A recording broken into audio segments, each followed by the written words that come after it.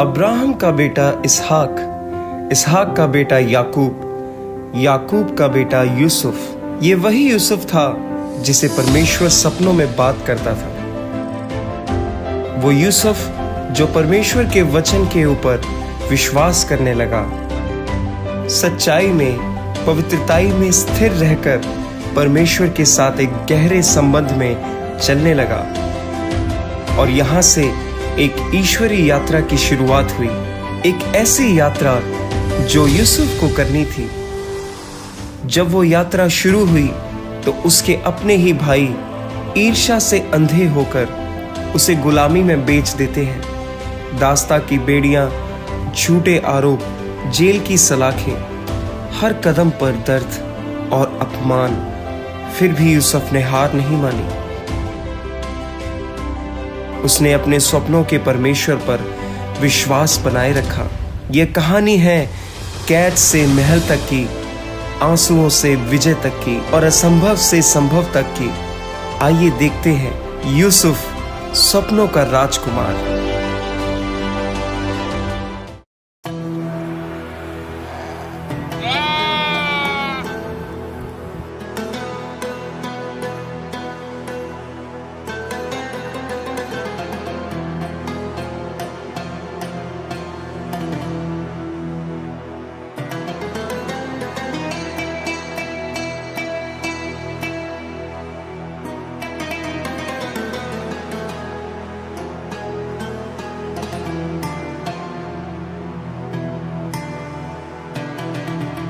अरे यूसुफ के लिए तो मैं एक उपहार लेके आया था। यूसुफ, मेरे पुत्र, मेरी बात सुनो।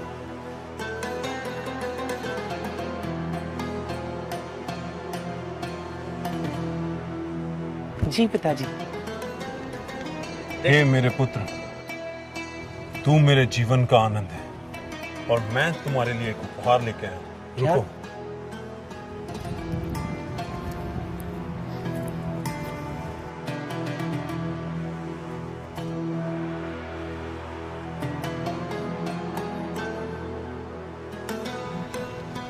देख मेरे पुत्र, ये रंग बिरंगा अंगरखा मैंने तेरे लिए लिया। मेरे लिए? हाँ, तेरे लिए है।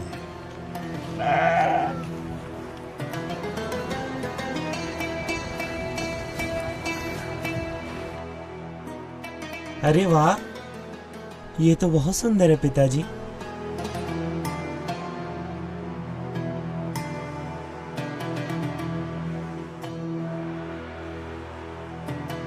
हे मेरे भाई बेनियामीन, क्या तुझे अपने भाई का ये नया वस्त्र अच्छा लगा? बेटा बहुत सुंदर लग रहे हो। क्या पिताजी मैं सच में इतना सुंदर लग रहा हूँ? बिल्कुल, बहुत सुंदर लग रहे हो, अपने बाप की तरह। पिताजी, मैं इसे अपने भाइयों को दिखा के आता हूँ। नहीं, वो अपने काम में व्यस्त होंगे।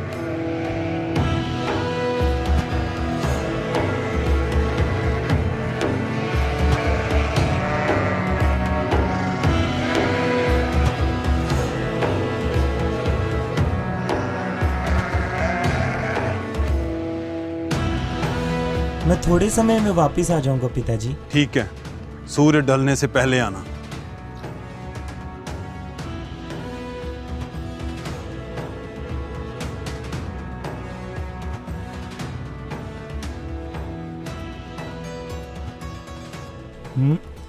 तुम्हारे चरवाहे कहाँ पे हैं?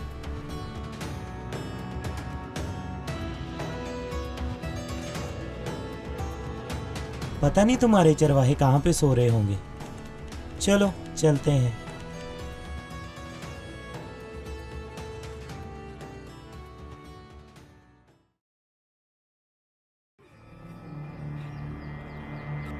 अरे वो देखो, स्वप्नदर्शी आ रहा है, पिता की चापलूसी करने वाला। पता नहीं कब हमारा ये पीछा छोड़ेगा। हम तो इससे तंग आ चुके हैं।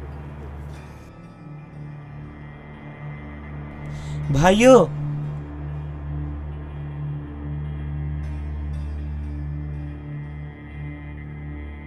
भाइयों, क्या तुम है? यहाँ पे आराम कर रहे हो? तुम्हारी भेड़ें वहाँ पे तितर बितर हुई पड़ी हैं। जो काम करते हैं वही आराम करते हैं। तुम तो बस पिता की करना जानते हो, और तुम होते कौन हो में ऐसे बोलने वाले? छोटे हो तो छोटे बनकर रहो। और ये क्या पहना है तूने? मुझे लगता है पिता। हाँ, पिताजी ने मुझे दिया है। मुझे ये बहुत पसंद है। और देखा, पिताजी मुझसे कितना प्यार करते हैं, और उन्होंने मेरे लिए ये बनवाया है। कैसा लग रहा हूँ मैं? रुक, तुझे हम बताते हैं।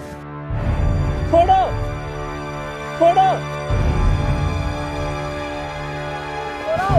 यहूदा, शमौन, छोड़ो उसे। तुम क्यों हर वक्त उसके पीछे पड़े रहते हो? जाओ जाकर अपना काम करो। उसे बच्चा जानकर तुम इतना चढ़ा रहे हो उसे। ये मेरे साथ ही ऐसा क्यों करते हैं हर बार? क्या इसमें मेरी गलती है कि मैं अपने पिता का सबसे चहेता हूँ? यूसुफ, जाओ जाकर उधर काम करो। क्यों? मैं उनके साथ क्यों नहीं जा सकता? मैं तुमसे बड़ा हूँ, तुमने सुना नहीं? जाकर उधर काम करो, जाकर भेड़ों को चराओ। ठीक है।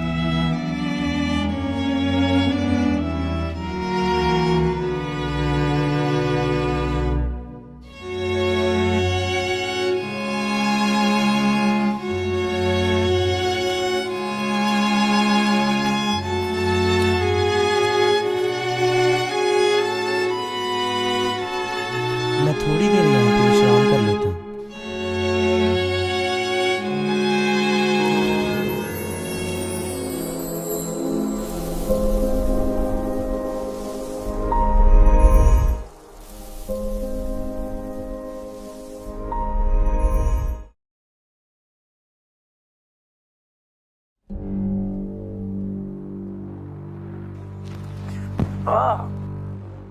ये किस लिए?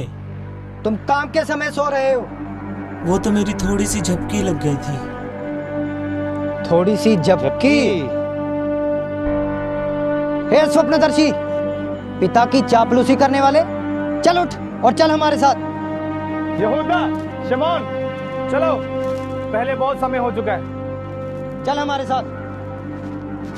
जल्दी करो।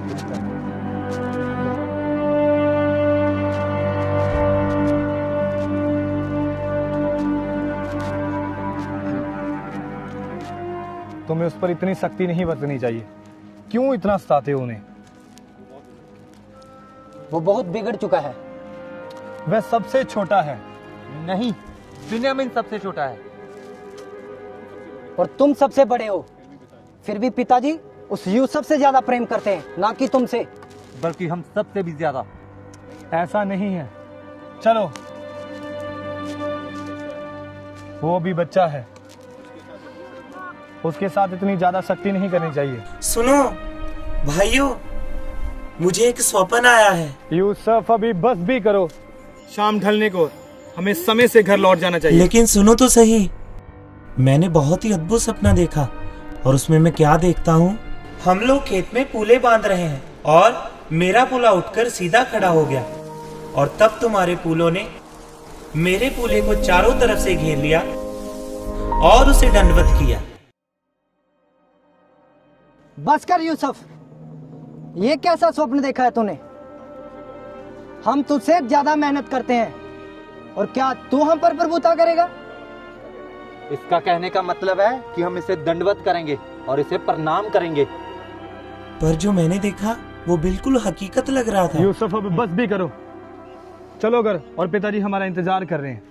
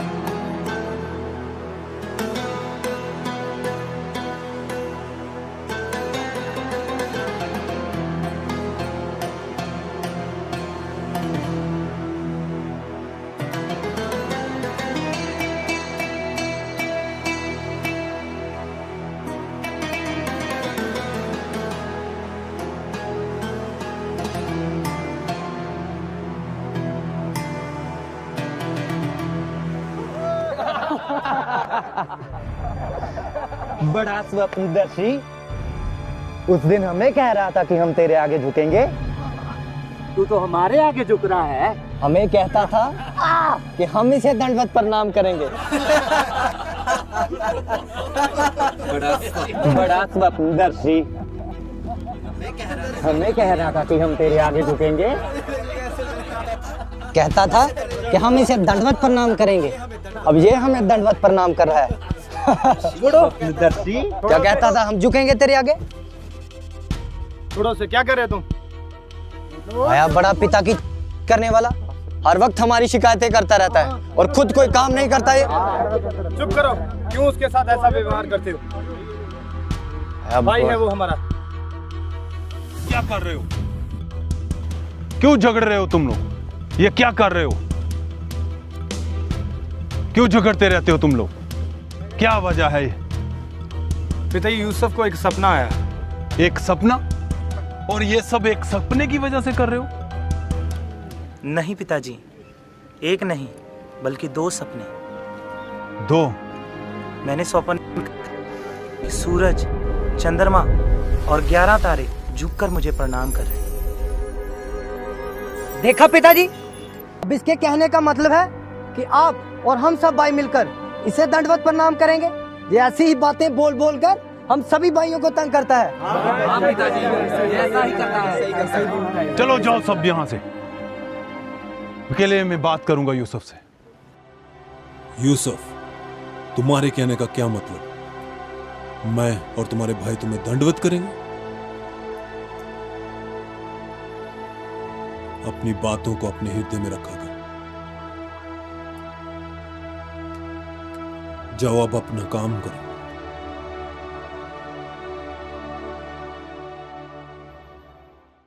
यूसुफ के स्वप्न केवल उसकी कल्पना नहीं थे, वे परमेश्वर का संदेश थे, परंतु सभी हृदय इस सत्य को स्वीकार नहीं कर पाते।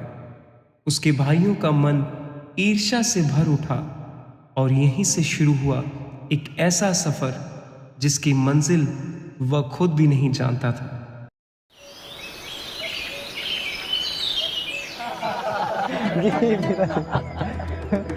अच्छा पिताजी, हम जा रहे हैं।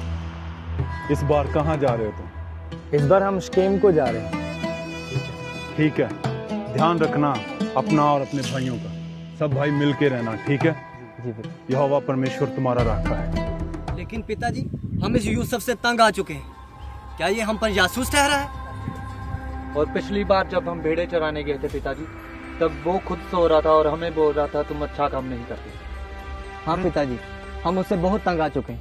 तुम ऐसा क्यों सोचते? वो तुम्हारा छोटा भाई है।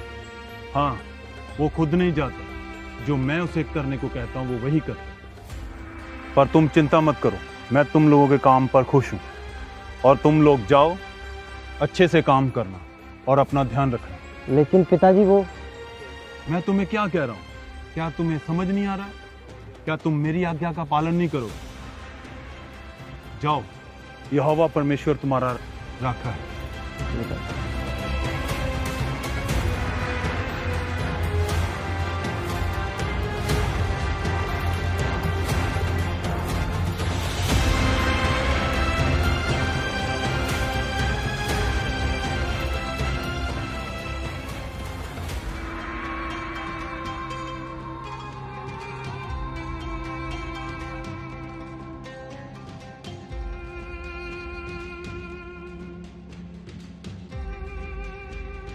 पिताजी, ये कहाँ पे जा रहे हैं?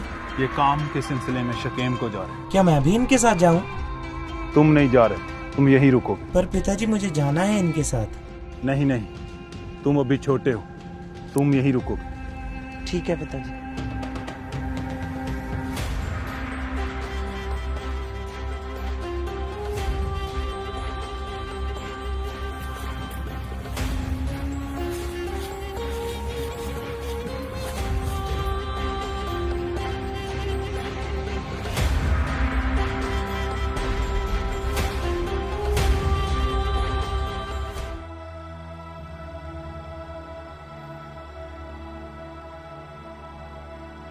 पिताजी, हाँ यूसुफ, मैं कुछ दिनों से देख रहा हूँ क्या कुछ उदास लग रहे हैं।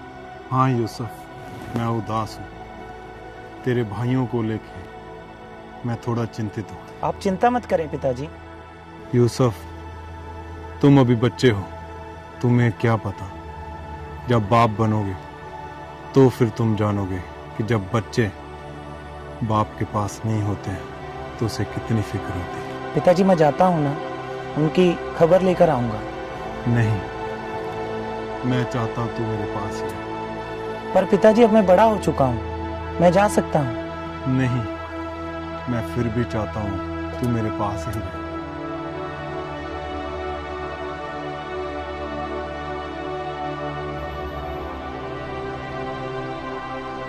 पिताजी मैं कुछ दिनों बाद वापस आ जाऊंगा। मुझे पिताजी की बहुत याद आ रही है। हाँ, मुझे भी। और उस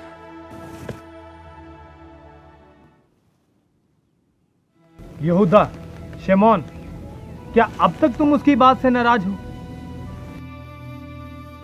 वो बच्चा है अभी, काम पे ध्यान दो अपना। मैं अब तक भी उस बात को नहीं भुला पा रहा। वो कैसे पिताजी को शर्मिंदा कर रहा था अपने स्वप्न बता बताकर। वो अपने स्वप्न बताकर हमें हर वक्त तंग करता रहता है। चलो यहाँ आकर इतना तो सुकून है कि उसकी गंदी शक्ल नहीं देखनी पड़ रही। गंदी शक्ल फिर से देखनी पड़ेगी। क्या क्या मतलब है तुम्हारा? मेरे सामने उसका नाम मत लो। वो देखो, परेशानी सामने चल के आ रही है। ये करने क्या आया होगा? अब ये पिताजी को जाके बताएगा, हमारी चुगली करेगा और कहेगा ये वहां घूम रहे थे, ये जहां काम नहीं कर रहे थे। हर एक बात जाके पिताजी को बताएगा। कोई बात नहीं, आने दो इसे, इसका काम तमाम कर दे।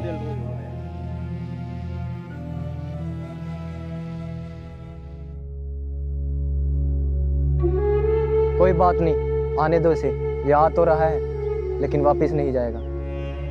आज हम इसे खत्म कर देंगे। हाँ, आज इसे मार ही देंगे हम।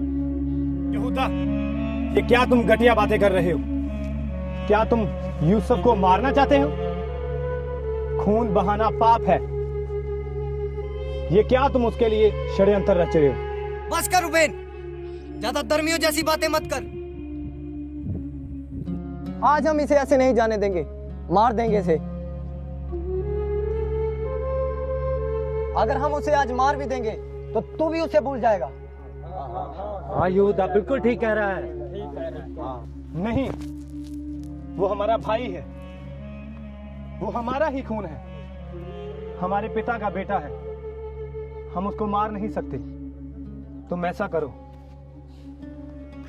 उसे मारने से अच्छा है तुम उसको उस गड्ढे में फेंक दो। हाँ, हाँ ये अच्छा है। हम उसे उस गड्ढे में फेंक दें। भाइयों, भाइयों,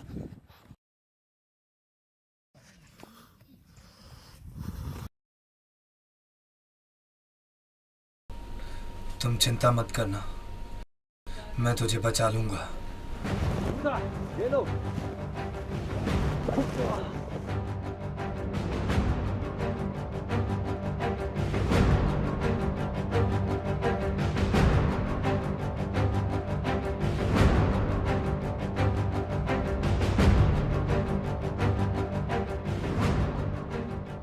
आया बड़ा स्वप्नदर्शी, उठाओ इसको और फेंको उस गड्ढे में।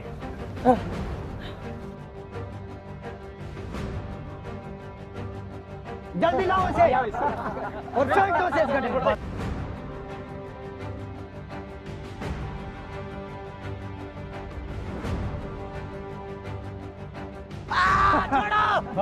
ले छोड़ दिया तुझे। स्वप्नदर्शी, ये पिता की चापलूसी करने वाला।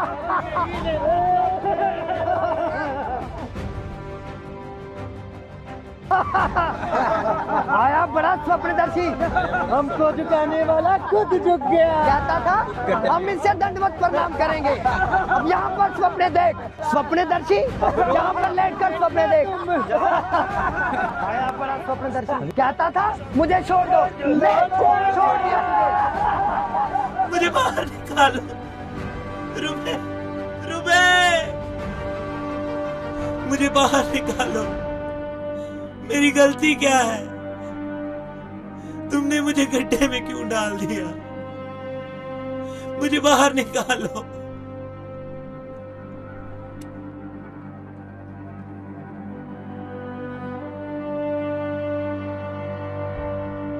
रुबेन रुबेन चिल्ला रहा है, इसे क्या मालूम कि रुबेन तो है ही नहीं यहाँ। जब तक रुबेन आएगा तब तक तो हम इसे मार ही देंगे। निकालो इसे गड्ढे से बाहर। नहीं नहीं नहीं योदा, मुझे कुछ गलत लग रहा है। क्या गलत लग रहा है? मुझे लगता है रुबेन सही कह रहा है। सही कह रहा है? क्या मतलब है तुम्हारा? ये भी हमारे पिता का खून है, ये हमारा भाई है। हम इसे खत्म कर देंगे तो हमारे बाप का ही यही बेटा है। क्या मतलब है तुम्हारा? रुबेन सही कह रहा है भाई। तेरे कहने का मतलब है कि हम उसे छोड़ दें? जब ये सबने योजना बनाई थी तब तूने भी हमें सलाह दी थी कि उसे गड्ढे में फेंक दें। पर मैं तुमसे ये नहीं कह रहा कि उसको मार दें। हम उसके पाप के भागीदार क्यों बने? तो तू बता फिर क्या करें? तू भी उस रुबेन की तरह धर्मियों की जैसी बातें कर रहा है। अब बता हम क्या करें? वो देखो व्यापारी आ रहे हैं, हम उनसे बात करते हैं।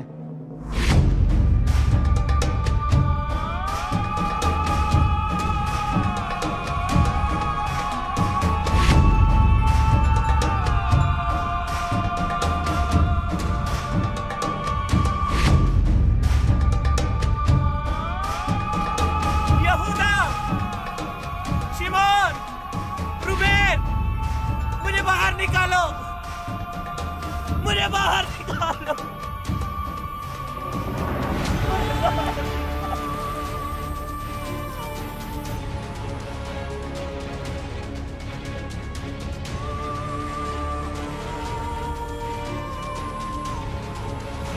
निकालो से बाहर निकालो से।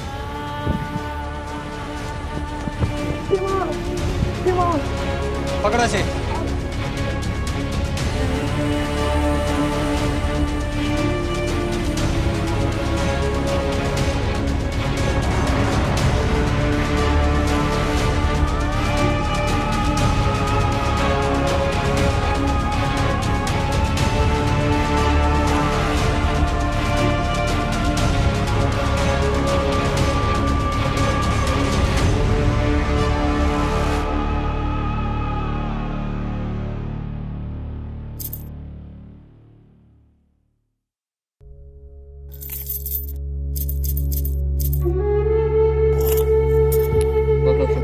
और चलो। यहूदा, शिमोन, लेवी, तुमने ऐसा क्यों किया? मुझे क्यों बेच दिया? यहूदा!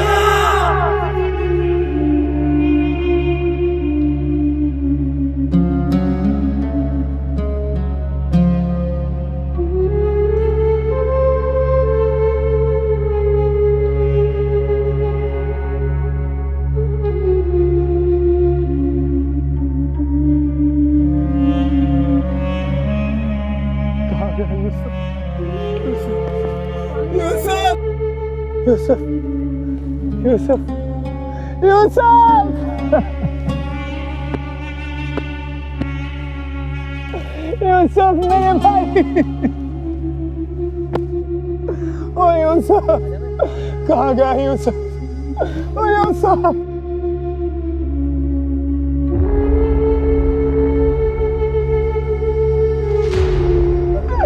ओ यूसुफ, यहूदा कहाँ है यूसुफ? क्या किया तुमने उसके साथ? वही किया जो बहुत समय पहले कर देना चाहिए था। मतलब तूने उसे मार दिया? नहीं, बेच दिया उसे मैंने। हाँ, बेच दिया उसे मैंने मिस्रियों के हाथ।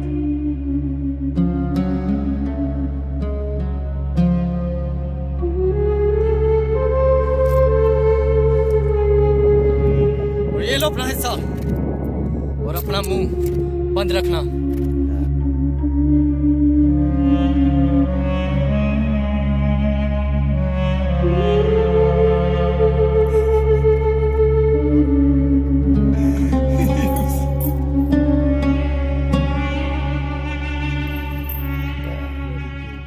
हम पिताजी को क्या जवाब देंगे? उसकी चिंता मत करो तुम रुबेन, उसका भी इंतजाम मैंने कर रखा है।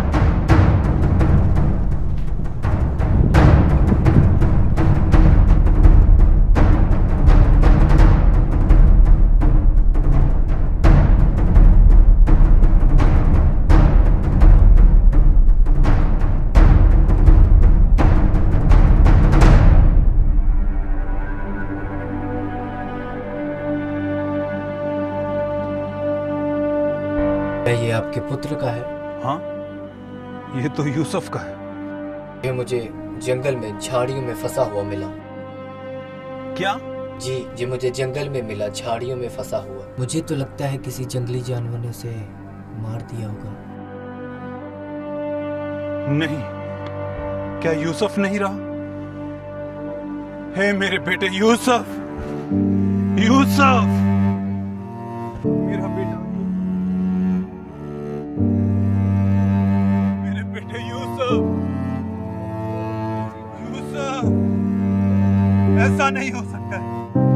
मेरा बेटा यूसुफ, मेरे बेटे यूसुफ, मेरा पुत्र नहीं रहा। मेरे बेटे, मेरे पुत्र।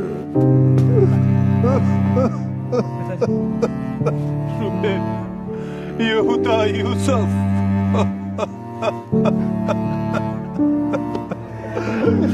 मेरा पुत्र यूसुफ, यूसुफ नहीं रहा।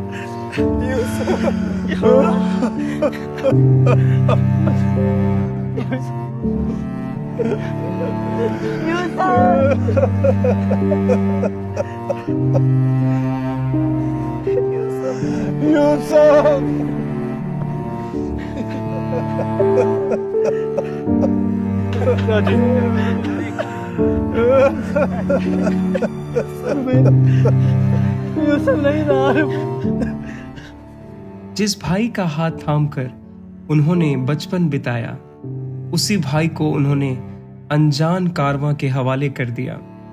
रेगिस्तान की तपती हवाओं यूसुफ की जिंदगी गुलामी की बेड़ियों में बंध गई।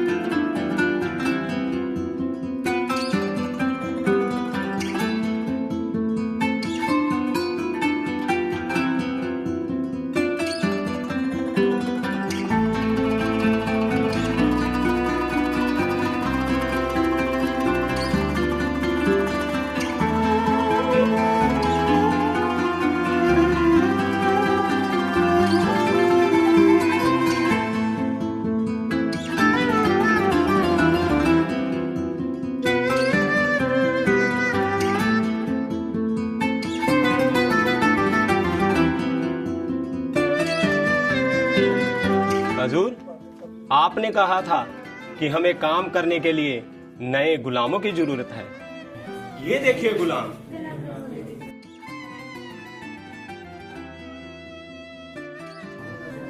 ये गुलाम चाहिए, काम चोर नहीं चाहिए।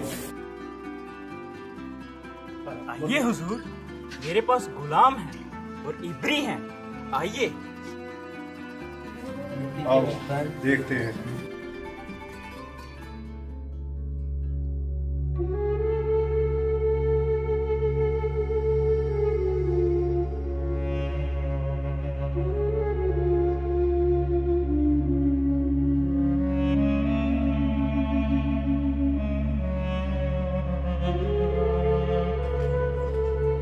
कौन है तुम और तेरा नाम क्या है? मेरा नाम यूसुफ है और मैं कनान से हूँ और मैं किसी का गुलाम नहीं हूँ। और तू क्या प्रधानमंत्री है? मुझे यही चाहिए। क्या दाम है इसका? हुजूर, आपके लिए सिर्फ 50 शेकल। 50 शेकल बहुत ज्यादा है, लेकिन इसके लिए दिए, इसे लेकर आओ। ये लीजिए, और ये गुलाम हमें चाहिए।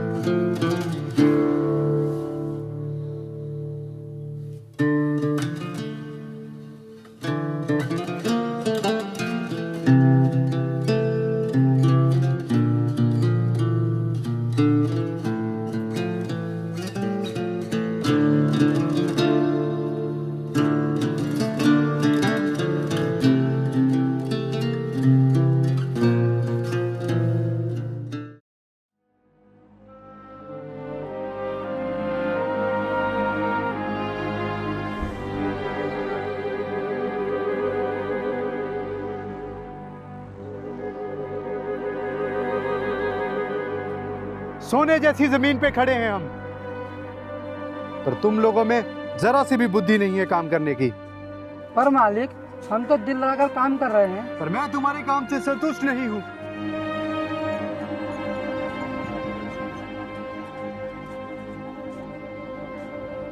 मुझे इस काम के लिए कोई बुद्धिमान व्यक्ति ढूंढना पड़ेगा। मालिक, अगर आपकी आज्ञा हो तो मैं इस काम में आपकी कुछ मदद कर सकता हूँ। क्या तुम्हें ये पढ़ना आता है? मुझे लिखना भी आता है मालिक। तो बताओ, क्या सहायता कर सकते हो तुम मेरी?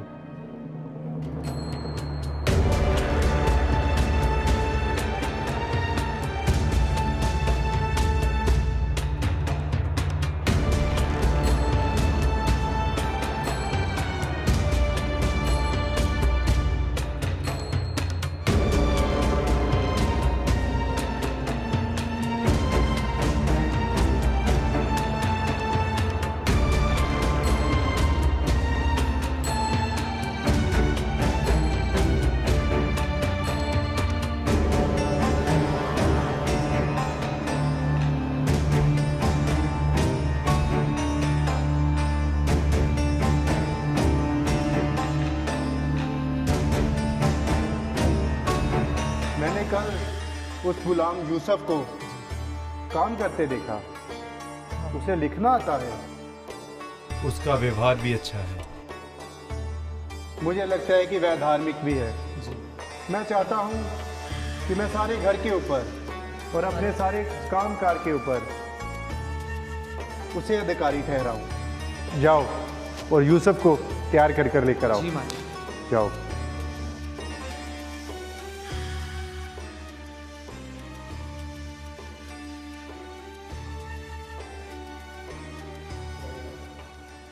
आओ यूसुफ, तुम जब से नौकर बनकर मेरे घर में आए हो, मेरे सारे काम सफल हुए हैं। तुम मेरे लिए भाग्यशाली हो। मैंने देखा है कि ईश्वर का अनुग्रह तेरे ऊपर है, इसलिए मैं तुझे अपने सारे घर के ऊपर और सारे कामकाज के ऊपर अधिकारी ठहराता हूँ, सिवाय मेरी पत्नी को छोड़कर। जो हुक्म हो मेरे आका। तुम जाओ और यूसुफ के साथ काम में उसका हाथ बटाओ। मैं कुछ दिनों के लिए बाहर जा रहा हूँ और तुम सारा काम देखो और सारा काम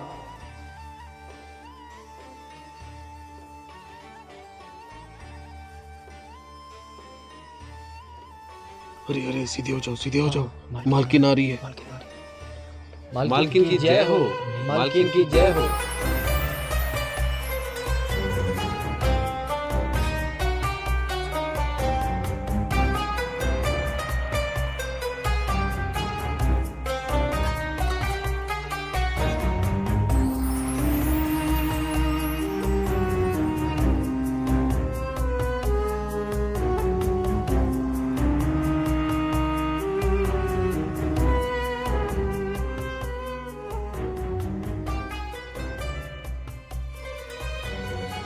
कौन है इतना भाग्यशाली इंसान जिसके बारे में आपकी मालिक बात कर रहे थे? मालकिन, वो एक इब्री दास यूसुफ है। यूसुफ!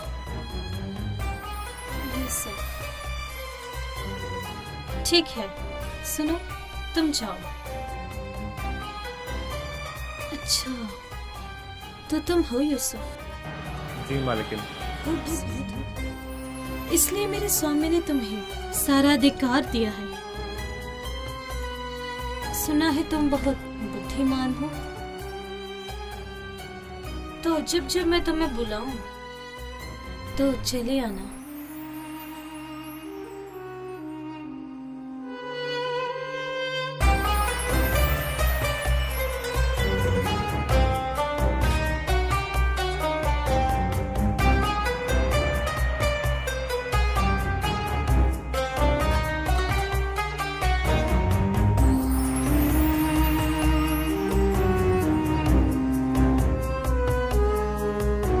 यूसुफ को बुलाया जाए। ओह यूसुफ, सुना है बहुत अच्छा काम कर रहे हो। क्या हुआ यूसुफ? मुझे कुछ गलत लग रहा है। गलत? इसमें गलत क्या है? आज तो तुम्हारे स्वामी भी घर पर नहीं है। चाहे मालिक घर पे हो या ना हो, पर मुझे उस यहोवा परमेश्वर का डर है। यहोवा परमेश्वर? वह कौन है? वो सब कुछ जानता है और उसे सब कुछ दिखता है, और व्यभिचार करना एक पाप है।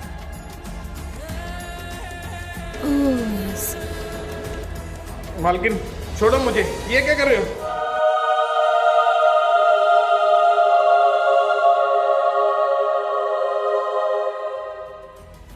यूसुफ, अब देख मैं तेरा क्या हल करती हूँ।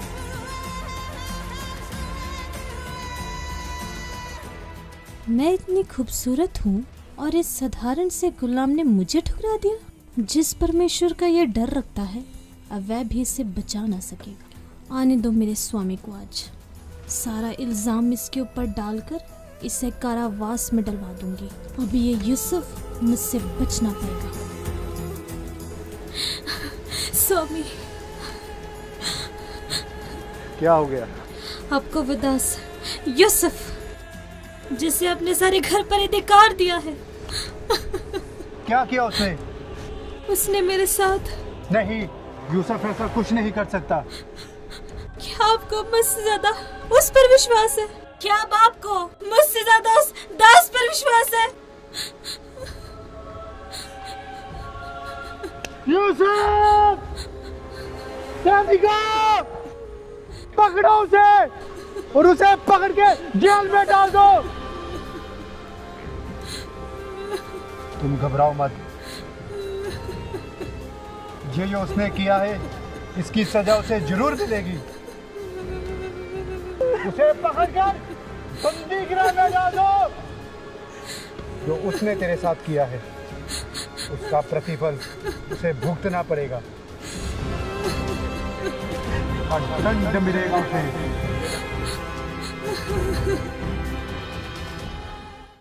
झूठे आरोप, टूटी प्रतिष्ठा और कैद की अंधेरी सलाखें पर यूसुफ का हृदय अडिग रहा। वह जानता था चाहे मनुष्य उसे छोड़ दें उसका परमेश्वर उसे कभी नहीं छोड़ेगा।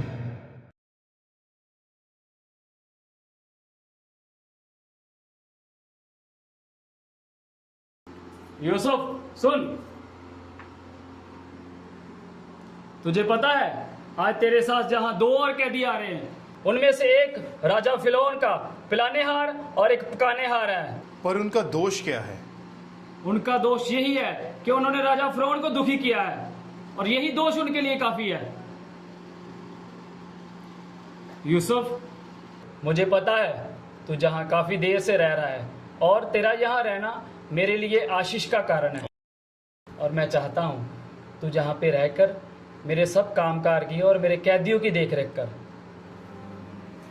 सुनो, तुम इसीलिए आशीषित हो क्योंकि मेरा यहोवा परमेश्वर मेरे संग रहता है।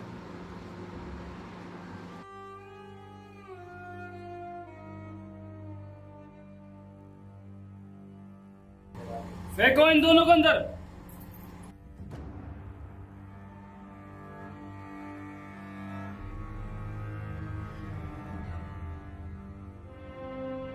हमें बचाओ, हमें छुड़ाओ, हमारी कोई गलती नहीं है, हमारा कोई कसूर नहीं है, हमने कुछ नहीं किया, हमें बचाओ, हमें छुड़ाओ, हमें छुड़ाओ।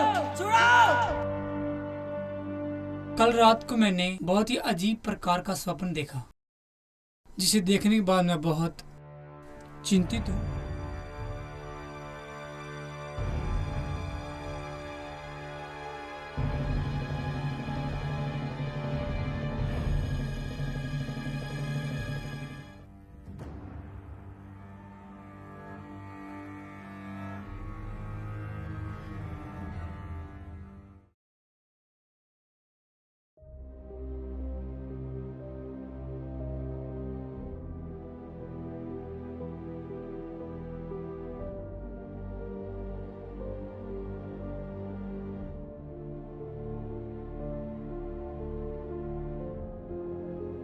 बहुत उदास लग रहे हो। तुम दोनों क्यों उदास हो? क्या हुआ? कल रात को हमने एक स्वप्न देखा। उस स्वप्न को देखने के बाद मैं बहुत ज्यादा घबरा चुका हूँ, क्योंकि उसका अर्थ बताने के लिए हमारे पास कोई नहीं। सारे ज्योतिषी और जादूगर राजा फिरौन के पास हैं। अब उन स्वप्नों का अर्थ हमें कौन बताएगा? क्या स्वप्नों का अर्थ बताने वाला परमेश्वर यहोवा नहीं है, जो सब कुछ जानता है? मुझे अपने स्वप्न बताओ कि क्या हुआ तुम्हारे साथ। क्या तुम सच में इन स्वप्न का अर्थ बता सकते हो? मेरा परमेश्वर जो मेरे संग रहता है वो मुझ पे सब जाहिर करेगा। क्या ये बात सच है? अच्छा। मैंने एक स्वप्न देखा कि मेरे सामने एक दाखलता है, और उस दाखलता में 3 डालियां हैं, और उसमें मानो कलियां लगी हैं, और वे फूली और उसके गुच्छों में दाख लगकर पक गई। फिरौन का कटोरा मेरे हाथ में था, और मैंने उन दाखों को लेकर फिरौन के कटोरे में निचोड़ा और कटोरे को फिरौन के हाथ में दे दिया।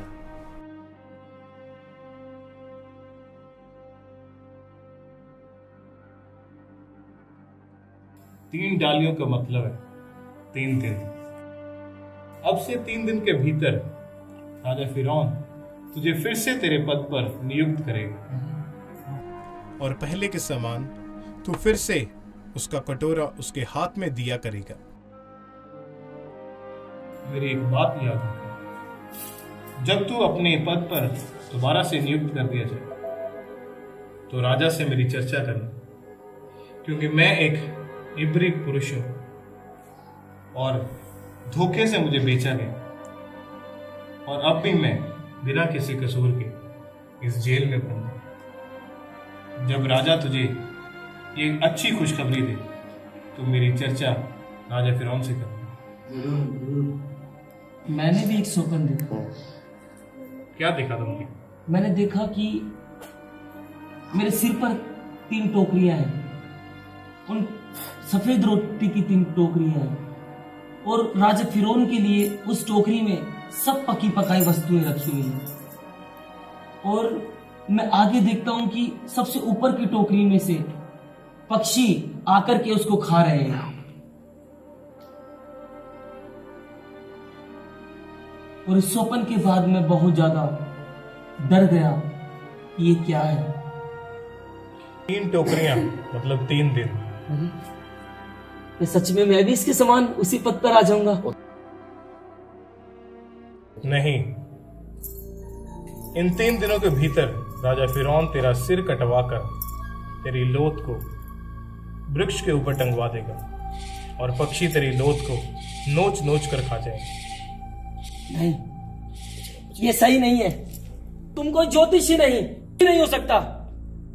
ये सब गलत। ऐसा कभी नहीं होगा मेरे साथ। ऐसा कभी नहीं हो सकता। तुमने उसके विषय में तो सही अर्थ बताया, परंतु मेरे विषय में सही अर्थ नहीं बताया। ऐसा कभी नहीं होगा।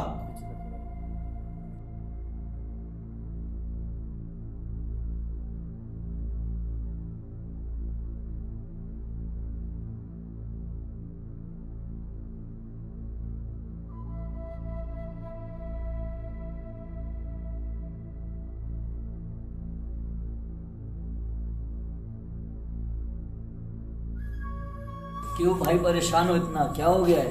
इतने चिंतित क्यों हो तुम? क्या तुम नहीं जानते? आज 3रा दिन है और उसने जो मेरे विषय में स्वप्न बताया, मुझे डर है कि मेरे साथ क्या होगा।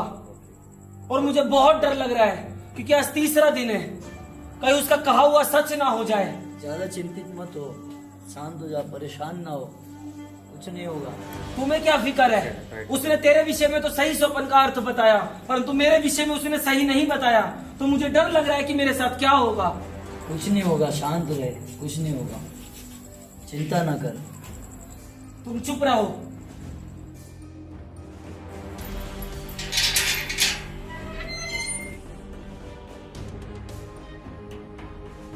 छोड़ दो।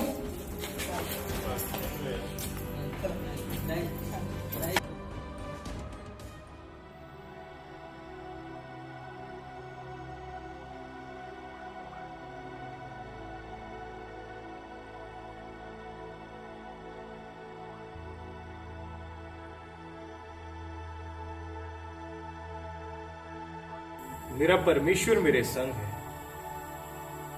उसने मुझे कभी भी छोड़ा नहीं। वो मुझे छुड़ाए या ना छुड़ाए, अभी वो मेरा परमेश्वर है। और मुझे उस सच्चे परमेश्वर के ऊपर पूरा विश्वास है कि वो मुझे इस कैद से छुड़ा लेगा और ऊंचा करेगा।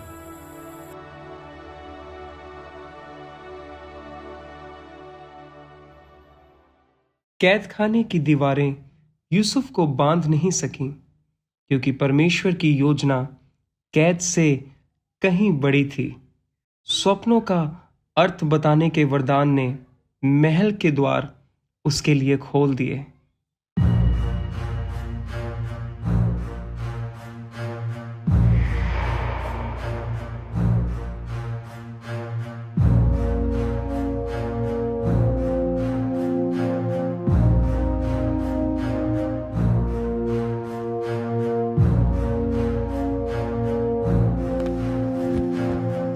क्या पूरे मिस्र देश में कोई भी ऐसा भविष्यवक्ता या ज्योतिषी नहीं जो मुझे मेरे स्वप्नों का अर्थ बता सके?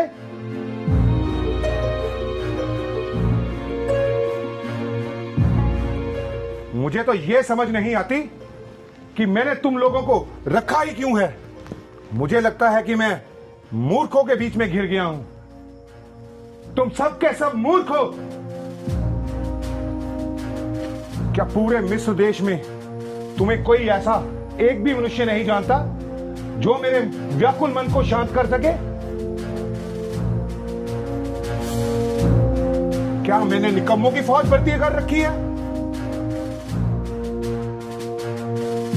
सबके सब मूर्ख लगते हैं मुझे।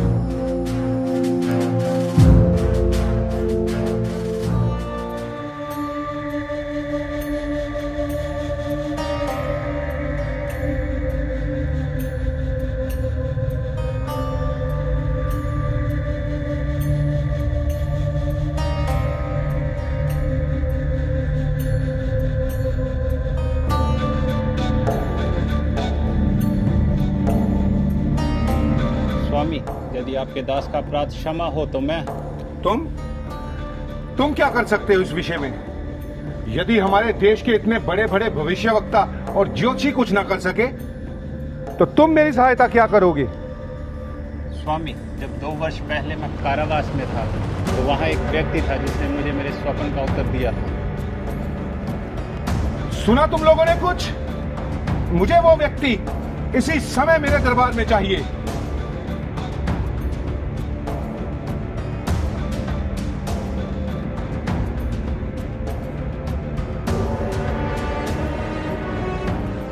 क्या तुम हो वो मनुष्य जो सपनों के अर्थ बताता है? नहीं, भला मैं कौन हूं जो आपके स्वप्नों का अर्थ बताऊं? स्वप्नों का अर्थ बताने वाला तो मेरा यहोवा परमेश्वर है, जो मेरे ऊपर सब बातों को जाहिर करता है। आप अपना स्वप्न बताइए। अच्छा, तो सुनो। मैंने स्वप्न में देखा कि मैं नील नदी के किनारे पर खड़ा हूं और उस नदी में से 7 मोटी और सुडौल गायें निकली और बाहर निकलकर कछार की घास चरने लगी और उनके पीछे पीछे ही 7 बेडौल और कुरूप गायें निकली। मैंने तो पूरे मिस्र में आज तक ऐसी कुडौल गायें नहीं देखी। वो उनके साथ आकर खड़ी हो गई और उन्होंने मोटी और सुडौल गायों को खा लिया। फिर मुझे नींद आ गई और मैं सो गया और मुझे फिर एक और स्वप्न आया और उस स्वप्न में मैं क्या देखता हूं कि एक ही डांट पर 7 अन्न से भरी हुई और बहुत सुंदर 7 बालें निकली और उनके पीछे पीछे पुरवाई से मुरझाई हुई 7 बालें निकली और उन पुरवाई से मुरझाई हुई 7 बालों ने उन अनाज से भरी हुई बालों को खा लिया। तब से मेरा मन बहुत व्याकुल है और इन मूर्खों में से कोई भी मुझे मेरे स्वप्नों का अर्थ बताने के योग्य नहीं है। हे राजा फिरौन, जो आपने स्वप्न देखे हैं वो एक ही है। राजा फिरौन का स्वप्न एक ही है। जो काम परमेश्वर पूरे मिस्र देश में करना चाहता है उसको पहले से ही परमेश्वर ने राजा फिरौन के ऊपर प्रकट किया है। जो स्वप्न में आपने 7 अच्छी अच्छी गायें देखी, यानी वो 7 वर्ष है, और जो 7 बालें देखी वो भी 7 वर्ष है। पर इसके पश्चात जो आपने कुरूप और कुडौल गायें देखी और पुरभाई से मुरझाई हुई बालों को देखा, यानी वो 7 ऐसे वर्ष हैं जो अकाल के होंगे। तो परमेश्वर जो मिस्र देश में ये काम करना चाहता है उसको पहले से ही परमेश्वर ने हे राजा फिरौन तुझको दिखा दिया है। अब हे राजा सुन, 7 वर्ष मिस्र देश में बहुतायत की उपज के होंगे, पर उनके पश्चात जो 7 वर्ष आएंगे वो अकाल से भरे हुए होंगे। और इन 7 वर्षों में जो अकाल के होंगे मिस्र देश का सत्यानाश हो जाएगा, क्योंकि जो अकाल आने वाला है वो इतना भयंकर होगा कि ये उपज के साल जो हैं ये कभी याद भी नहीं किए जाएंगे। और ये स्वप्न जो हे राजा फिरौन आपने 2 बार देखे हैं, इसका भेद यही है कि परमेश्वर जो काम करना चाहता है उसको पहले से ही उसने आपके ऊपर प्रकट कर दिया है। और अब हे राजा फिरौन, तू ऐसा कर कि मिस्र देश के ऊपर कुछ अधिकारियों को ठहरा दे, ताकि जब तक ये 7 बहुतायत की उपज के वर्ष हैं, इन सालों के भीतर जो भी अनाज पूरे मिस्र देश में इकट्ठा हो तो उन लोगों से इन सारे का पंचमाश यानी 5वां हिस्सा लिया करे।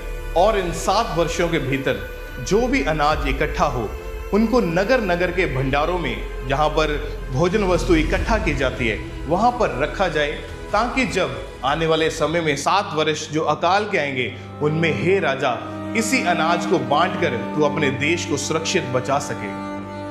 और अब हे राजा, तू बुद्धिमान है, तू बड़ा है और समझदार है, तो तू अब ऐसा कर कि कुछ लोगों को नियुक्त कर दे, किसी को प्रधानमंत्री नियुक्त कर दे, ताकि वो इस सारे काम को पूरी खराई और बुद्धिमानी से करे, ताकि जो बुरे 7 वर्ष आने वाले उनमें एक भी मिस्री का नुकसान ना होने पाए।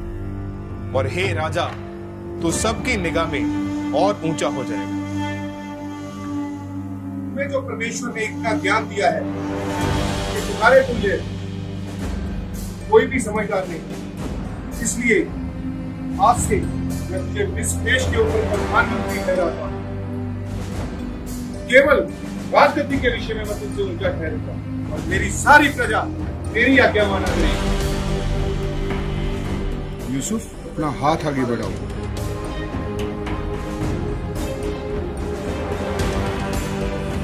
आज से मैं तुम्हें मिस्र देश के ऊपर प्रधानमंत्री नियुक्त करता हूं। मिस्र देश के नए प्रधानमंत्री के लिए वस्त्र उपस्थित किए जाएं।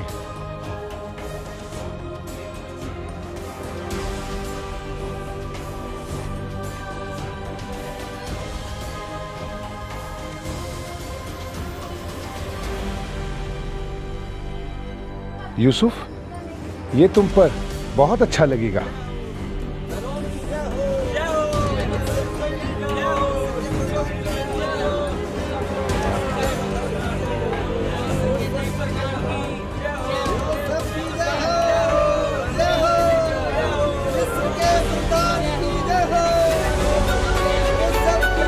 ये है मिस्र का नया प्रधानमंत्री।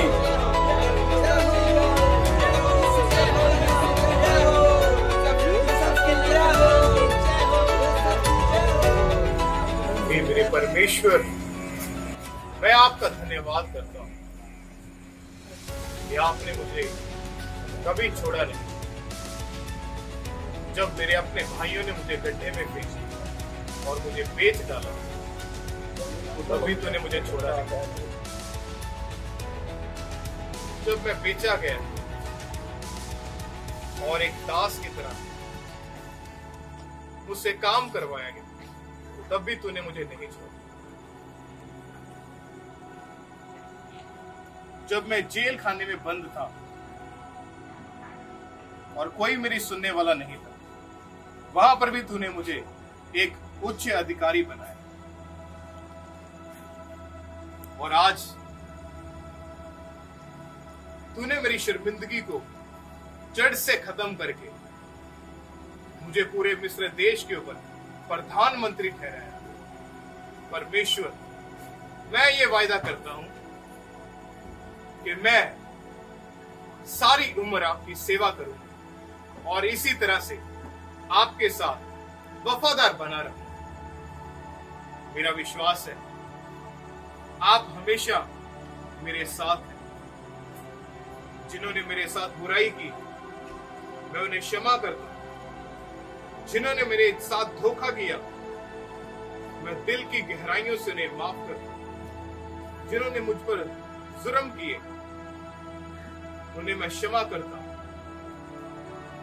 क्योंकि हे परमेश्वर, आपने मुझे कभी छोड़ा नहीं और मैं ये वफादारी आखिरी सांस तक आपके साथ बनाए रखूं। मैं आपका धन्यवाद करता हूं। आप महान परमेश्वर हैं। वही युवक जिसे कभी एक दास समझकर बेचा गया, आज मिस्र के सिंहासन के दूसरे स्थान पर बैठा है। यह कोई संयोग नहीं, यह परमेश्वर की अद्भुत योजना का परिणाम है।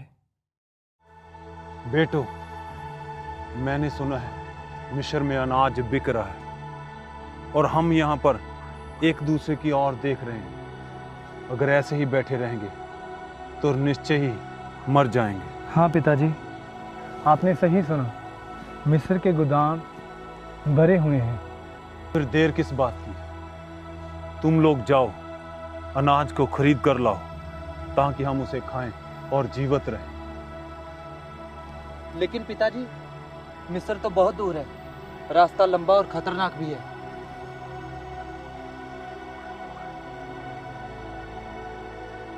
बेटा, खतरों से हमें नहीं डरना। चाहे कुछ भी हो, परमेश्वर हमारे साथ है। हाँ, बिन्यामीन मेरा छोटा है और वो मेरे साथ रहेगा, वो आपके साथ नहीं जाएगा। तुम जाओ और अनाज लेके आओ, परमेश्वर तुम्हारे साथ है।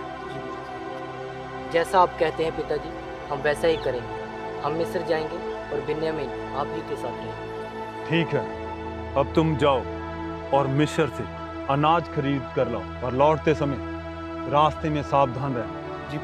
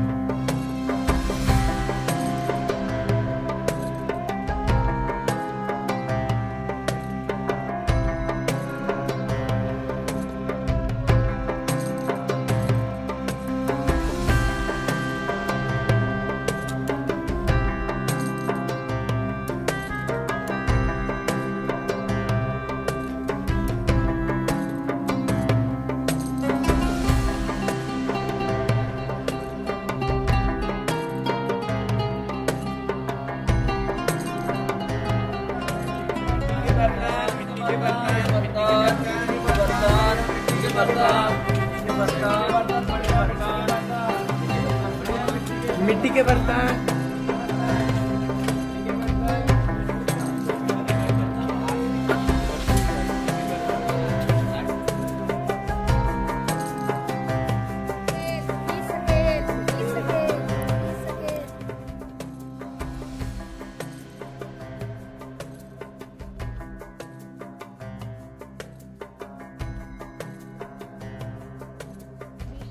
इसे पूछता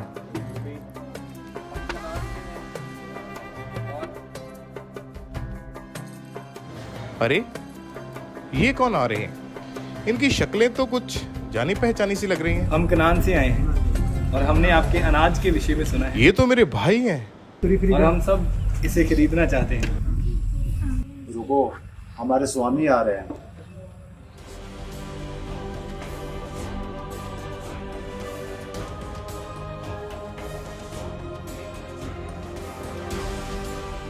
मिस्र के प्रधान, जल्दी करो, हम सब इन्हें दंडवत करते हैं।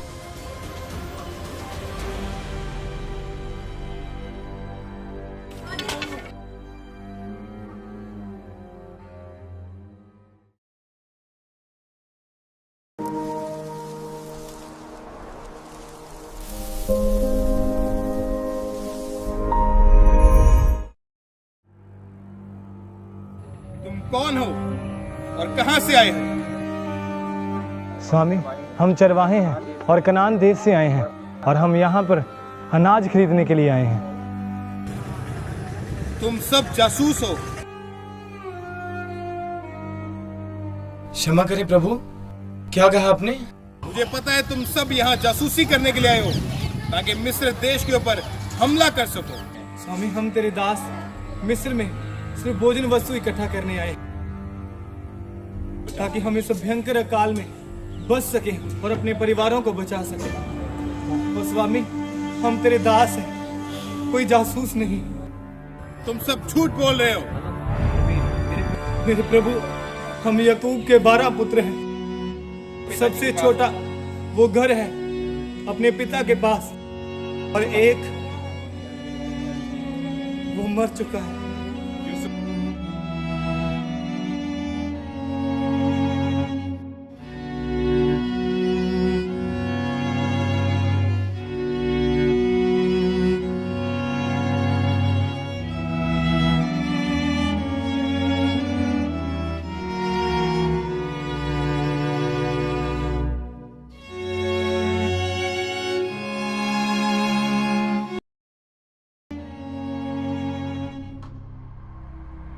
नहीं, तुम झूठ बोल रहे हो। तुम सब जासूस हो, सबके सब जासूस हो। सैनिकों, पकड़ लो इन्हें और बंदी गृह में डाल दो।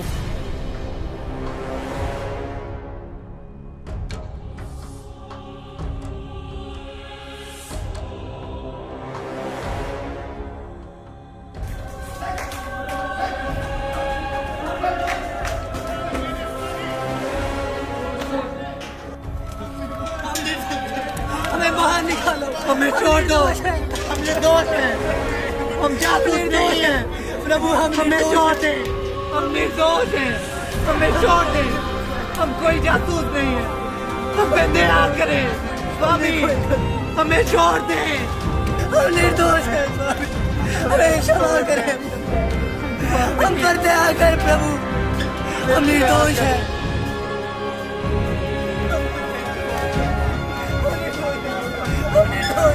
हम निर्दोष हैं, हम जासूस नहीं, हम पे दया करें, हम निर्दोष हैं, निर्दोष हैं, हम निर्दोष हैं, पर दया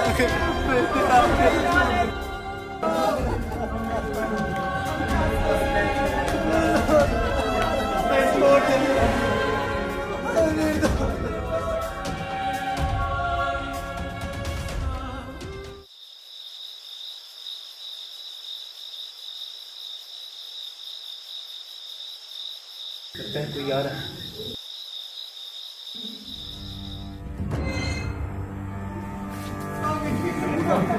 हे प्रभु हमारे साथ अन्याय हुआ है। चुप रहो। यदि तुम जीवित रहना चाहते हो तो जैसा मैं बोलूं ऐसा करो, नहीं तो मार डाले जाओगे। क्या ये हमें मार डालेंगे? क्या हमारी जान खतरे में है? चुप रहो। मैं परमेश्वर का भय मानता हूं। जो मैं तुम्हें कहता हूं वैसा ही करो। उनमें से एक तो बंदी बनकर यहाँ रहना पड़ेगा, बाकी सब यहाँ से अनाज लेकर अपने पिता के घर लौट जाओ। पर हाँ, जब तुम वापस आओ तब तुम्हारे साथ तुम्हारा छोटा भाई भी आना चाहिए। नहीं, ऐसा नहीं हो सकता। इससे ये बात साबित होगी कि तुम जो बोल रहे हो वो सच है। तो अब सलाह कर लो, तुम में से कौन यहाँ रुकने वाला है और कौन वापिस जाने वाला है। ऐसा नहीं हो सकता। हमें माफ कर दो प्रभु। हमें निर्दोष है प्रभु।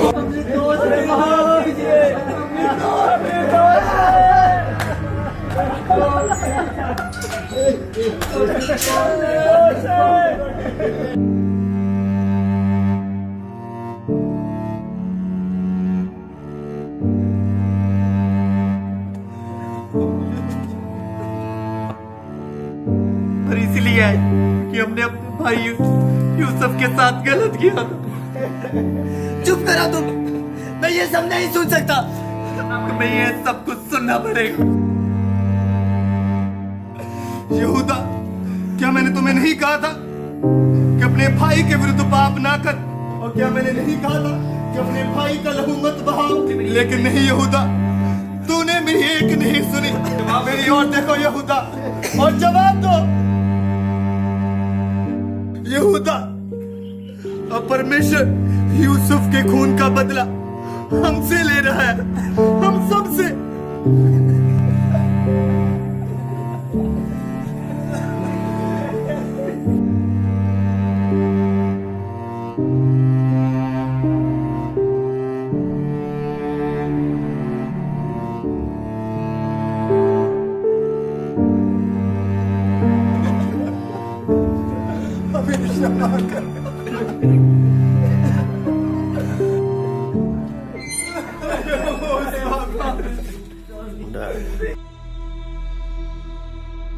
सैनिकों,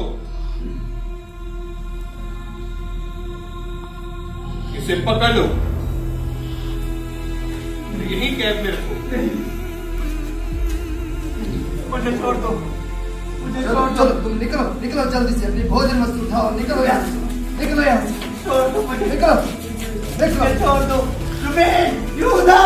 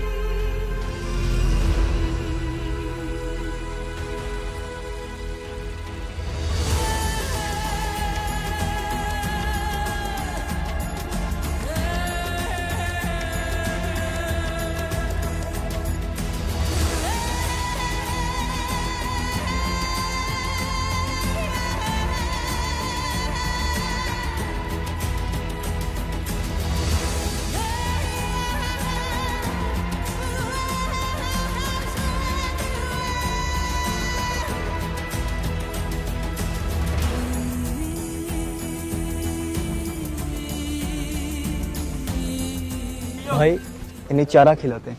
हाँ ना सोच के पिताजी बहुत खुश होंगे। अरे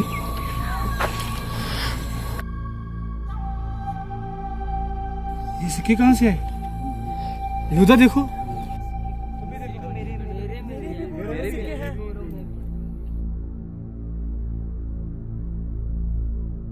अरे रुबेन मेरी बोरी में से भी सिक्के निकले हैं।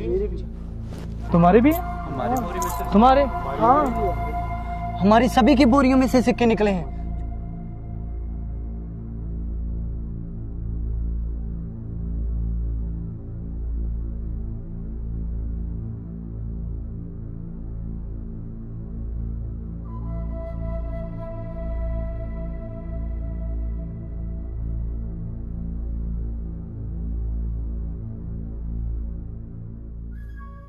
देखिए हम आ गए। पिताजी मेरे पुत्र, मैं बहुत ही खुश हूं। मेरा परमेश्वर यहोवा तुम्हें आशीषित करे। लेकिन शमौन कहाँ है शिमोन? क्या हुआ उसके साथ? रूबेन क्या हुआ उसके साथ? तुम सब झूठ बोल रहे हो। मेरे प्रभु हम याकूब के 12 पुत्र हैं। सबसे छोटा वो घर है अपने पिता के पास और एक वो मर चुका है। नहीं तुम झूठ बोल रहे हो। तुम सब जासूस हो, सब जासूस हो। सैनिकों पकड़ लो इन्हें, बंदीगृह में डाल दो।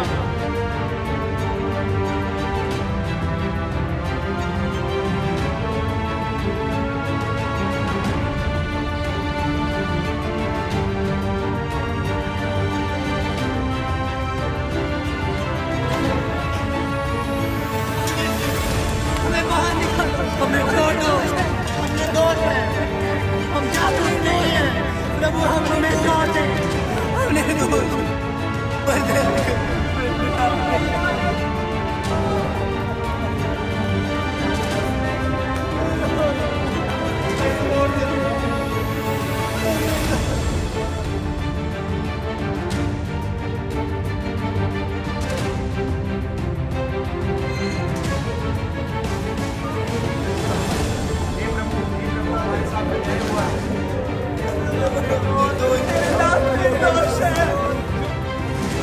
मार डाले जाओ।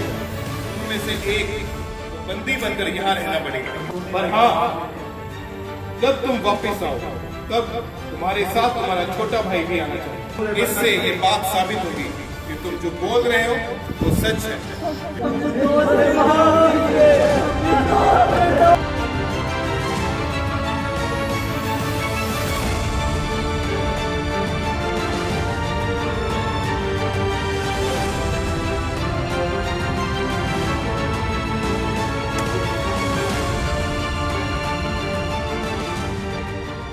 इस तरह उसने हमारे भाई शिमोन को कैद कर लिया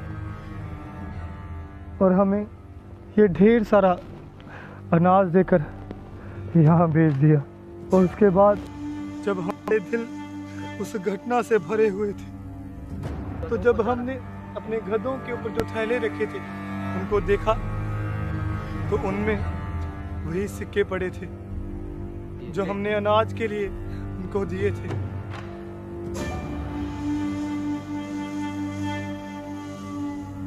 जो सिक्के हमने उन्हें अनाज के बदले दिए थे, वो वहीं पे हमारे ही बोरों में मिले थे। तो क्या अब मिस्री चोर समझेंगे और मेरे बेटे शिमोन को मार डालेंगे? नहीं पिताजी, हमें अपने आप को निर्दोष साबित करने का एक रास्ता है। क्या है वो? क्या है? बोलो बोलो, क्या है? एक आदमी जो मिस्र का प्रधान, उसने कहा कि लौटते समय अपने साथ याकूब के सबसे छोटे पुत्र बिन्यामीन को कराओ। नहीं, ये नहीं हो सकता। मैं पहले ही अपना बेटा यूसुफ खो चुका हूं। अब बिन्यामीन? नहीं, ये नहीं होगा। मैं मर जाऊं? नहीं, बिन्यामीन नहीं, ये नहीं होगा। बिन्यामीन यहीं रहेगा, वो मेरे पास ही रहेगा।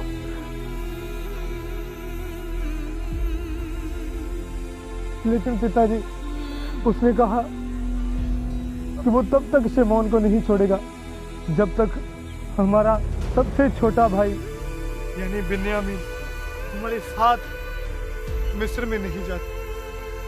वो मेरे पास ही रहेगा यहाँ, वो नहीं जाएगा। पिताजी,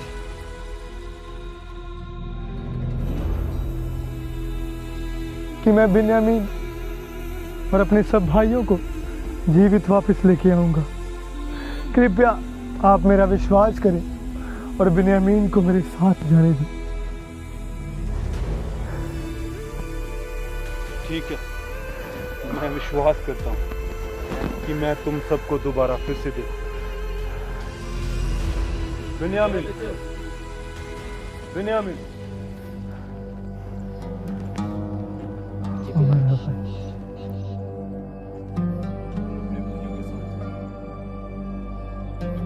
पर लेकिन तुम मुझे ये बता, तुझे कैसे बताया कि हमारा एक और भाई है?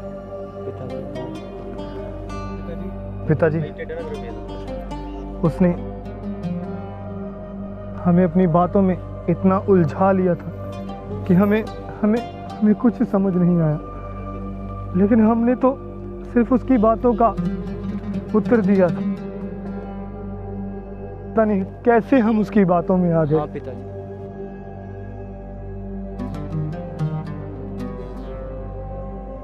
पिताजी, अगर हम बिन्यामीन को वापस ना लेके आए तो मैं और मेरी जान और जो कुछ भी मेरा है, मैं सब कुछ आपको समर्पित कर दूंगा।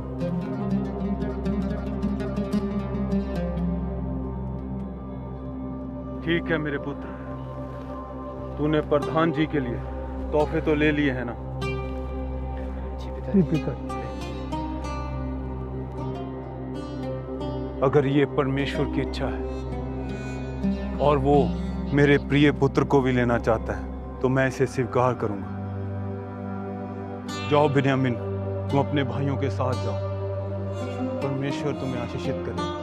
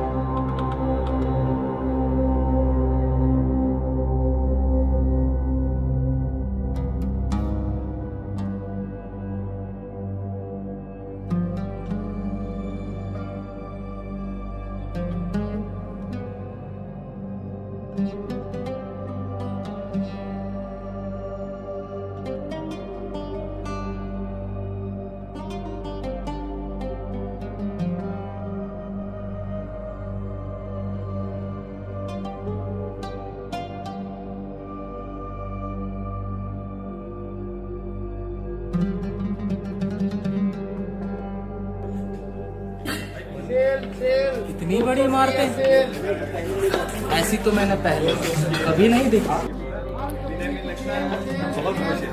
हाँ भाई, बिन्यामीन की चेहरे की खुशी देख रहे हैं।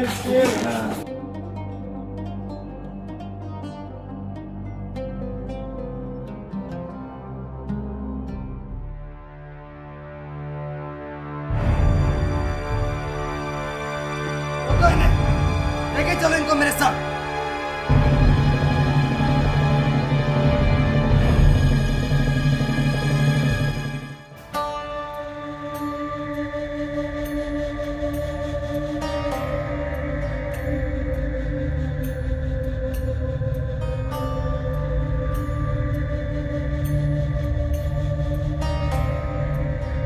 अनाज की थैली में जो धन रखा था वो हमने तेरे सैनिकों को लौटा दिया। अब हम नहीं जानते कि घर जाते समय वो धन हमारे थैलों में कहां से आया। हम पे दया कर, हमने कोई चोरी नहीं कही, हम पे दया कर स्वामी। चिंता मत करो, आपके परमेश्वर ने आपकी सहायता की होगी। तुम्हारा धन मेरे पास पहुंच गया है।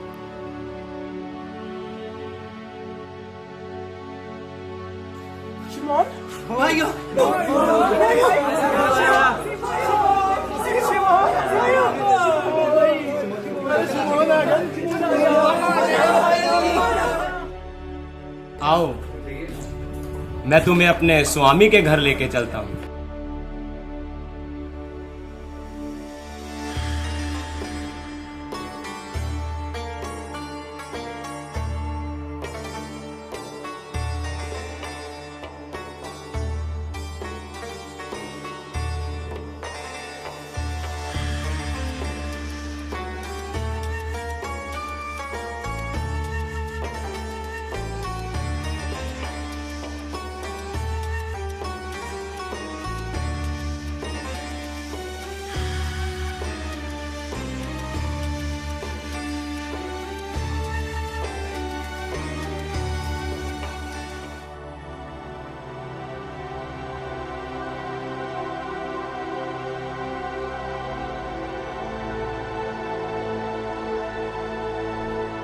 तुम्हारे पिता का क्या हाल है?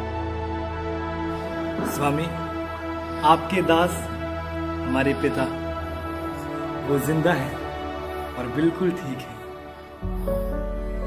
तो अच्छा, ये है तुम्हारा छोटा भाई जिसके बारे में तुम बात कर रहे थे।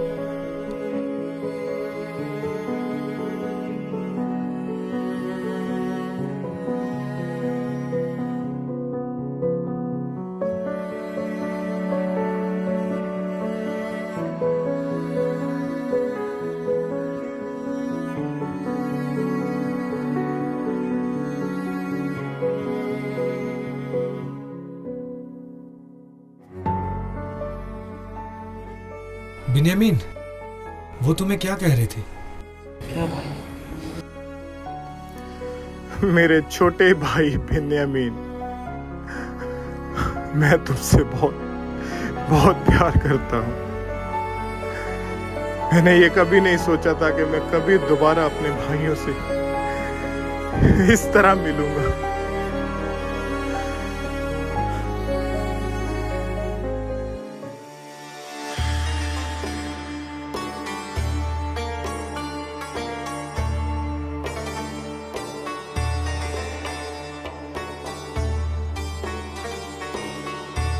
परमेश्वर तुम्हारे संग है मेरे छोटे।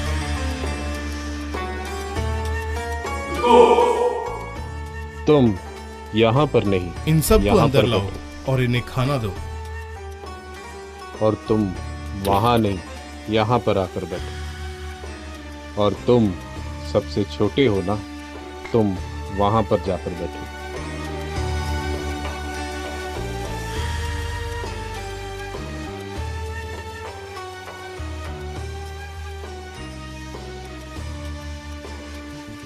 रुबेन, क्या तुमने एक बात पर ध्यान दिया कि हमें हमारी उम्र के हिसाब से बिठाया गया है, जैसे हमारा जन्म हुआ है।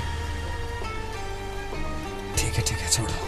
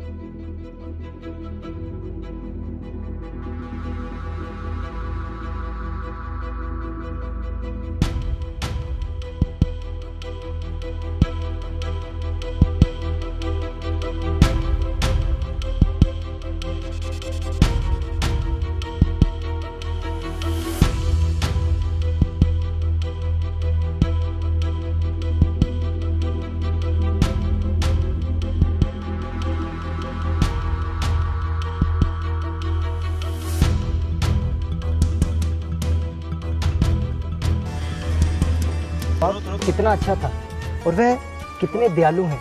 हाँ यहूदा, मैं बहुत खुश हूँ कि उन्होंने हम जैसों को अपने पास बिठाकर खाना खिलाया। वे कितने प्रेम से हमें बुला रहे थे। यहूदा, आज मैं बहुत खुश हूँ कि हम इतने दिनों बाद अपने पिताजी से मिलेंगे। हाँ शमौन, मैं भी बहुत खुश हूँ।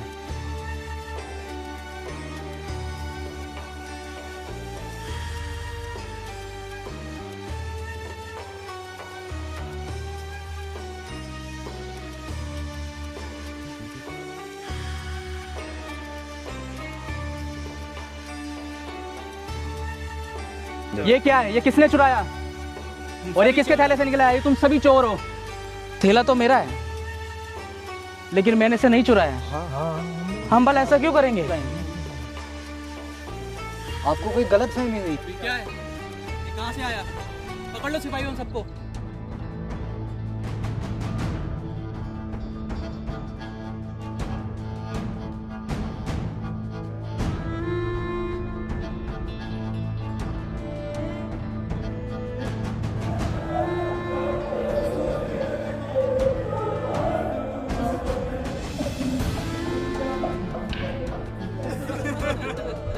अब क्या किया तुम लोगों ने? हम सच में नहीं जानते कि वो चांदी का कटोरा हमारे थैले में कैसे आया। हमें क्षमा कर दे स्वामी, हम अपनी बेकसूरी को कैसे साबित करें? क्या हम सब ने इतना बड़ा गुनाह कर दिया कि जो हम सब गुलाम बन के रहे? हम कैसे अपने आप को साबित करें स्वामी? अपने आप को कैसे साबित करें? तुम सब नहीं, केवल वो जिसके थैले में वो चांदी का कटोरा निकला। हे स्वामी, बिन्यामीन की जगह तुम मुझे ले ले, क्योंकि बिन्यामीन के खोने के दुख को हमारा पिता कभी सहन नहीं कर पाएगा। तुझसे हम भीख मांगते हैं स्वामी, तुम मुझे ले ले। बिन्यामीन की जगह तुम मुझे ले ले स्वामी, तुम मुझे ले ले स्वामी, तुम मुझे ले। हमारी जाओ, चले जाओ यहाँ से और मुझे अकेला छोड़ दो यहाँ पर।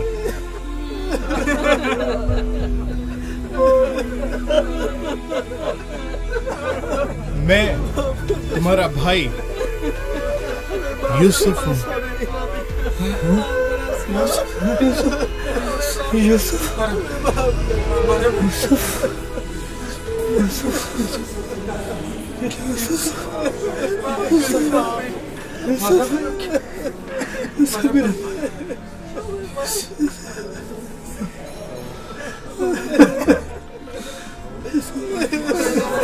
ये हमारा भाई। अरे तुम रो क्यों रहे हो? ये तो आनंद मनाने का समय है, इसमें डरने की क्या बात है? हमारा भाई यूसुफ जीवित है, ये तो बहुत खुशी की बात है। तुम डर क्यों रहे हो? ये तो आनंद मनाने का समय है, तुम रो क्यों रहे हो? हमारे भाई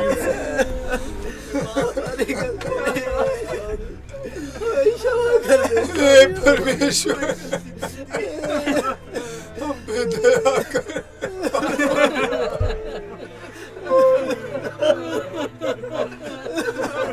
ये सिर्फ और सिर्फ मेरी गलती है। माफ करना स्वामी, तेरी बात नहीं। हमारा भाई है, हमारा भाई है, हमारा भाई है। ये सब मेरे भाई, हम सब मेरे धन्यवाद करते हैं।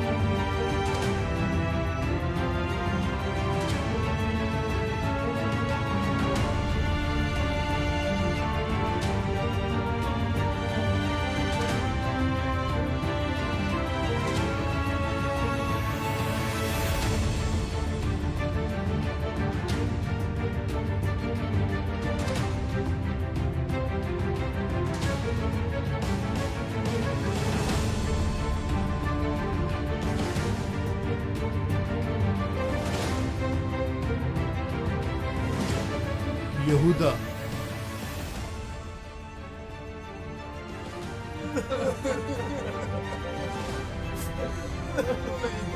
शमौन, मैं वही तुम्हारा भाई हूं जिसे तुम लोगों ने गुलामी में बेच दिया।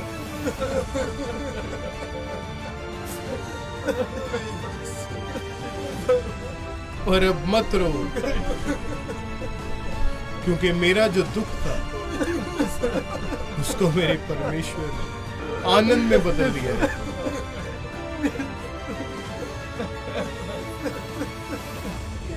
तुम सब मेरे भाई हो। सारी मेरी गलती थी, मैंने तुझे बेच दिया।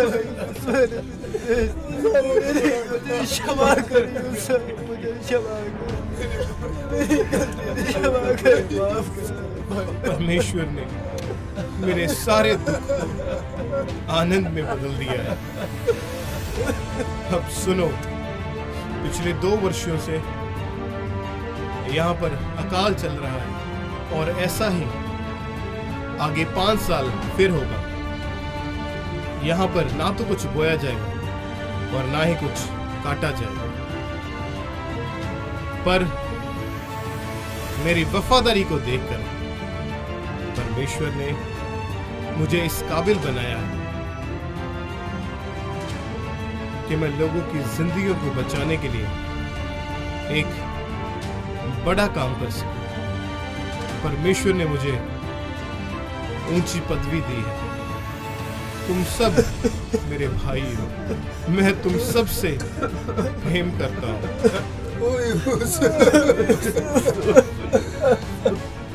हमारे भाई।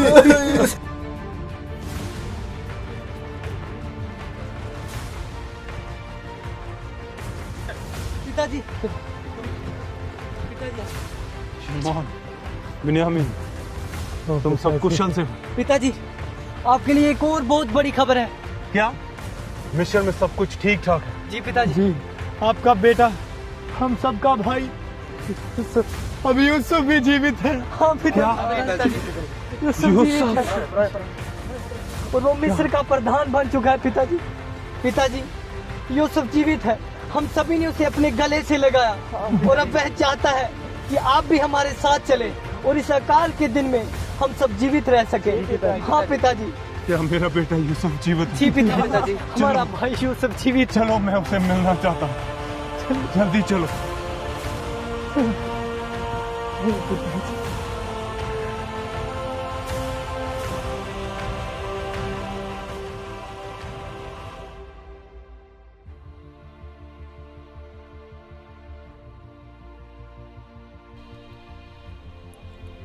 यूसुफ, मेरे बेटे यूसुफ, मेरे बेटे।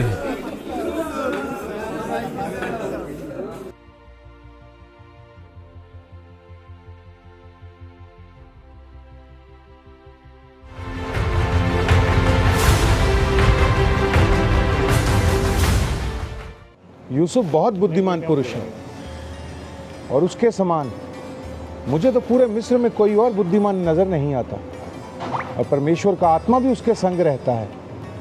मैं बहुत प्रसन्न हूं, वो मेरे हर्ष का कारण ठहरा है। यूसुफ कहां पर है? अच्छा, तो वो अपने भाइयों के साथ और अपने पिता के साथ हमारे पास आ रहा है। ये तो बहुत ही ज्यादा हर्षोल्लास की बात है। बहुत बढ़िया। आओ यूसुफ,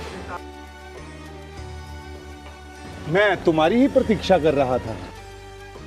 हे राजा फिरौन, ये मेरे भाई हैं जो कनान देश से यहाँ पर आए हैं। अच्छा, तो ये तुम्हारे भाई हैं? हे हमारे स्वामी, हम कनान से चरवाहे हैं और सालों से हमारे बाप दादा यही काम करते हैं, और कनान में भारी अकाल पड़ने के कारण हमारी भेड़ बकरियों के पास कुछ खाने को चारा ना रहा, और इसलिए हम आपके देश में परदेसी बन के रहना चाहते हैं। तुम लोग व्यर्थ चिंता क्यों करते हो? तुम्हारा भाई यूसुफ, इसे मैंने पूरे मिस्र पर प्रधान ठहराया है, और तुम लोग चिंता कर रहे हो। यूसुफ, तुम्हारे भाई व्यर्थ चिंता कर रहे हैं। यूसुफ, रहते इनको चिंता करने की आवश्यकता नहीं।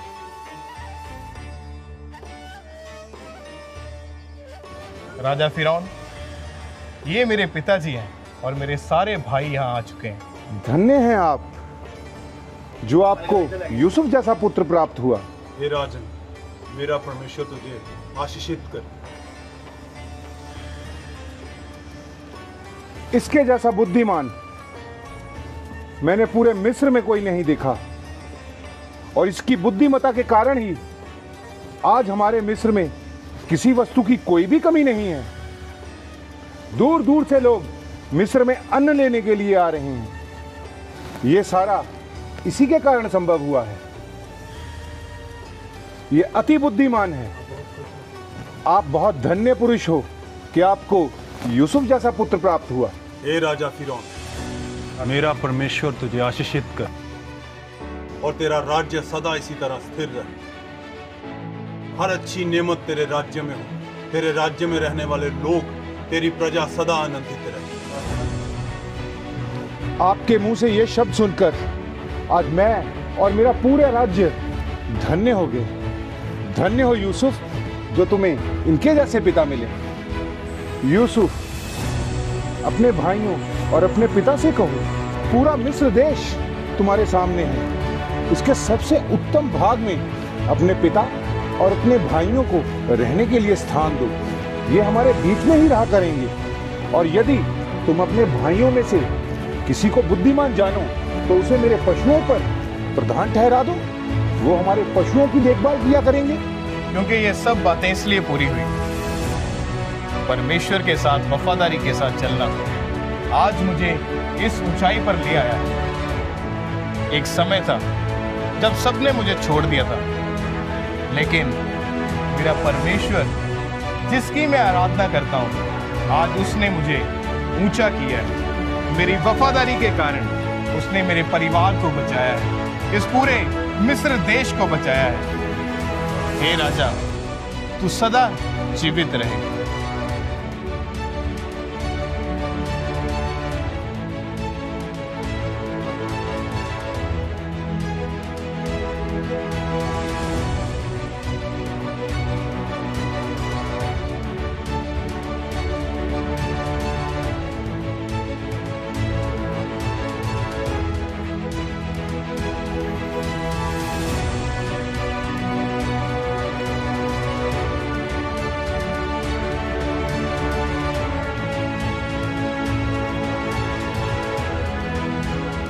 जिस युवक को उसके ही अपने भाइयों ने दास समझकर बेच दिया था, वही युवक आज मिस्र का प्रधान बन गया। जिसे उन्होंने खत्म करने की ठानी, परमेश्वर ने उसे और ऊंचा उठा दिया।